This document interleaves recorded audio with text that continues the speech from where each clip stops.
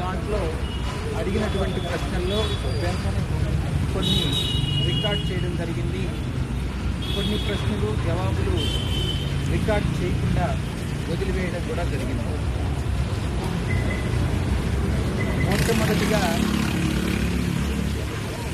ఈ liquor scam అనేటటువంటిది జరిగిందా లేదా అన్నటువంటిది మొదటి ప్రశ్న.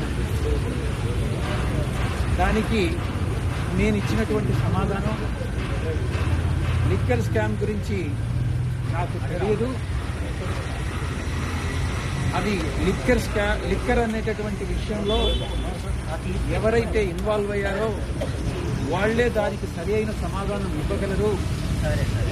దీనికి నేను సరి అయిన సమాధానం నేను ఇవ్వలేను అన్నటువంటి విషయం చెప్పడం జరిగింది. మీరు నెంబర్ 2 స్థానంలో ఉండి మీకు తెలియదనడం కరెక్ట్ కాదేమో అన్నటువంటి ప్రశ్నకి నేను ఒక్కటే చెప్పాను. స్వయానా శ్రీ జగన్మోహన్ రెడ్డి గారే పార్టీలో ఎక్కడా కూడా నెంబర్ 2 స్థానం అన్నటువంటిది ఉండదు అనని పలుమార్లు ఆయన, నేను కూడా గతంలో ఎన్నోసార్లు ప్రాంతీయ పార్టీల్లో నెంబర్ 2 స్థానం అన్నటువంటిది ఉండదు, 1 నుంచి 100 దాకా అందరూ ఎవరు ఉండరు, 3 తర్వాతనే ఎవరైనా ఉంటారని పలుమార్లు చెప్పడం జరిగింది. కానీ ఈరోజు దానికి పూర్తి భిన్నంగా ఇప్పుడు ఉండేటటువంటి ఓటరీ ఏదైతే ఉందో, అప్పుడు నేను పార్టీలో కొనసాగేటటువంటి సమయంలో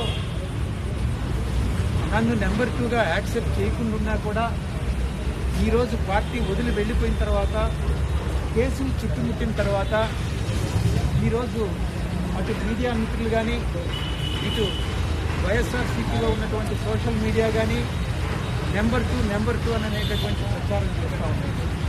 దీన్ని బట్టి మీరు అర్థం చేసుకోవచ్చు.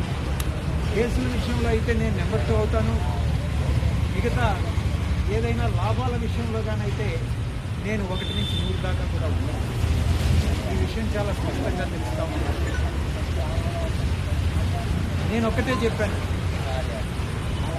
ఏ రోజు కూడా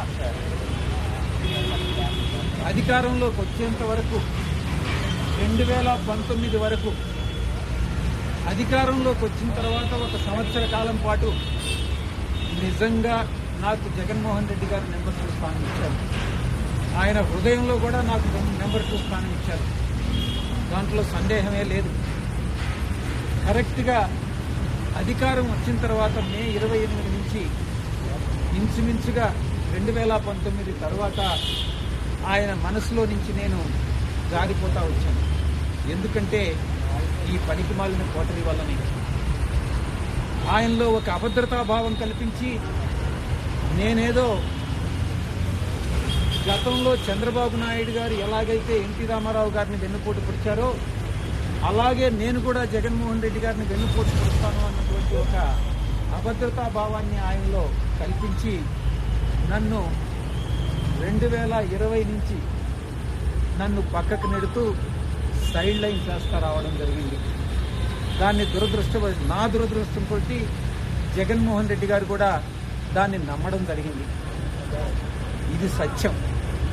నేను నమ్మినటువంటి ఆ వెంకటేశ్వర స్వామి సాక్షిగా చెప్తా ఉన్నాను, 2020 నుంచి నేను సైడ్ లైన్ కాబడ్డాను అన్నటువంటి విషయం. ఇదే విషయం నేను చెప్పడం జరిగింది. ఇక లిక్కర్ స్కామ్ జరిగిందా లేదా అన్నటువంటి విషయానికి వస్తే నేను ఒక్కటే చెప్పాను. అప్పట్లో మా అధినాయకుడు జగన్మోహన్ రెడ్డి గారికి తెలిసి అటువంటి స్కామ్ ఏమీ జరిగి ఉండదు. జగన్మోహన్ రెడ్డి గారికి కానీ తెలిసి అటువంటి స్కామ్ జరిగితే ఆయన ఊరుకోరు. నాకు తెలిసి అటువంటి స్కామ్ నా దృష్టిలో లేదు అన్నటువంటి విషయాన్ని నేను స్పష్టంగా చెప్పడం జరిగింది. అయితే దీన్ని రికార్డ్ చేయలేదు. ఎందుకనంటే భవిష్యత్తులో ఇంకో రోజు చూస్తారనుకున్నాను. ఇక ఓటరీ విషయానికి వస్తే నేను చాలా స్పష్టంగా చెప్పాను, జగన్ నాకు నెంబర్ 2 నేను అనుకోవట్లేదు, నా నెంబర్ 2 స్థానం ఈ 2020 నుంచి వెళ్ళిపోయింది అన్నటువంటి విషయం. ఇక మీరు పార్టీ నుంచి ఎందుకు వదిలి వెళ్ళిపోయారు, దానికి లిక్కర్ స్కామ్ ఏదైనా కారణమా అన్నటువంటి ప్రశ్నకి లిక్కర్ స్కామ్ అనేటువంటిది నేను నమ్మడం లేదు. జగన్మోహన్ రెడ్డి గారు ఆ లిక్కర్ స్కామ్లో ఉంటారని నేను అనుకోవట్లేదు. ఆయన హృదయంలో నేను స్థానం కోల్పోయాను కాబట్టి ఈ పార్టీలో ఇమడలేక, ఓటరీ యొక్క హరాస్మెంట్ తట్టుకోలేక, ఆ అవమానాలు భరించలేక నేను పార్టీ వదిలి వెళ్ళిపోవడం జరిగింది. అయినప్పటికీ కూడా దీన్ని నేను అఫీషియల్గా ఆన్సర్ చేయదలుచుకోలేను అన్నటువంటి విషయాన్ని నేను చెప్పడం జరిగింది.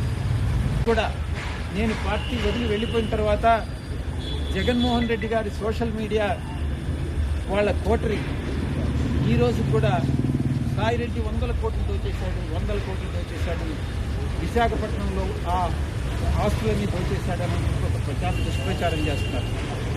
ఆ ప్రశ్నకు జవాబుగా నేను ఒక్కటే చెప్పాను, నా యొక్క ఆస్తుల వివరాలన్నీ నేను మీకు ఇస్తున్నాను, అదే రకంగా ఆస్తుల వివరాలన్నీ ఇచ్చాను.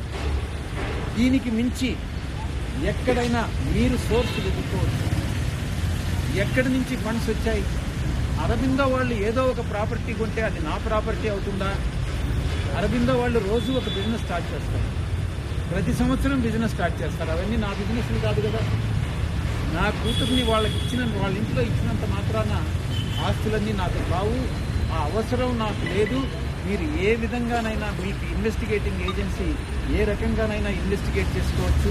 ఆ ప్రాపర్టీస్ ఏదైతే ఆరోపిస్తున్నారో ఇది చంద్రబాబు ప్రభుత్వం చేసినటువంటి పని.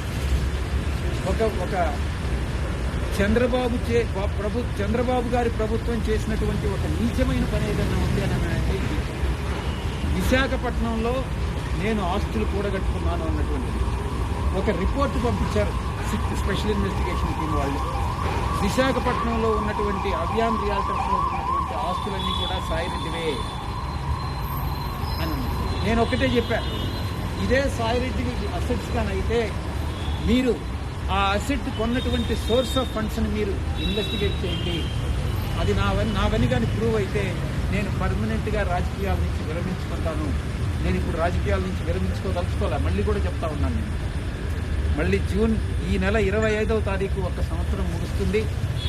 ఆ ముగిసిన తర్వాత మళ్ళీ నా రాజకీయ రంగ ప్రవేశం ఏ రకంగా ఉంటుందని నా మీడియా మిత్రులతో నేను పంచుకుంటాను. కాబట్టి చంద్రబాబు నాయుడు గారి ప్రభుత్వం చేసినటువంటి ఈ యొక్క దుష్టమైనటువంటి పని నేను మర్చిపోలేను. నాకు తీసుకోవాల్సిన అవసరం కూడా నాకు లేదు.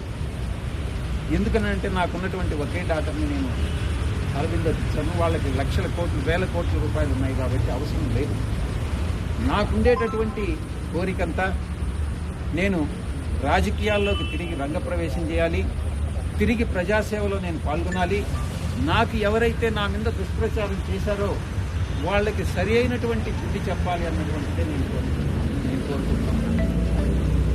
నేను ఒక్కటే చెప్తా ఉన్నా, చంద్రబాబు నాయుడు గారి ప్రభుత్వం ఒక దుష్ట ప్రభుత్వం. ఎందుకంటే ఏమీ నాకు సంబంధం లేనటువంటి విషయాల్లో నన్ను ఒక అక్యూజ్డ్గా ఇరికించి కాకినాడ సీపోర్ట్ విషయంలో కానీ, ఈ యొక్క విశాఖపట్నంలో సిట్ నా పైన ఇచ్చినటువంటి స్పెషల్ ఇన్వెస్టిగేషన్ టీం ఇచ్చినటువంటి రిపోర్ట్ కానీ, ఇవన్నీ కానీ కేర్ఫుల్గా కానీ పరిశీలించుకుంటే చంద్రబాబు నాయుడు గారి ప్రభుత్వం పాల్పడుతున్నటువంటి కక్షపూరితమైనటువంటి చర్యలు, చంద్రబాబు నాయుడు గారి ప్రభుత్వం అన్యాయమైనటువంటి యాక్టివిటీస్ ఏదైతే ఉన్నాయో, చర్యలు ఏదైతే ఉన్నాయో ఇవన్నీ చాలా స్పష్టంగా తెలుస్తూ ఉన్నాయి. నేను సాయిరెడ్డి అనేటటువంటి వ్యక్తి వెనక్కి తగ్గేవాడు కాదు. ఏది ఏమైనా కూడా పర్వాలేదు. నేను ఒక్కటే చెప్తా ఉన్నా, అధికారం అనేటటువంటిది శాశ్వతం కాదు. అప్పట్లో జగన్మోహన్ రెడ్డి గారు కూడా 2019లో అధికారంలోకి వచ్చినప్పుడు నేను 20-25 సంవత్సరాలు అధికారంలో ఉంటానని అనుకున్నారు.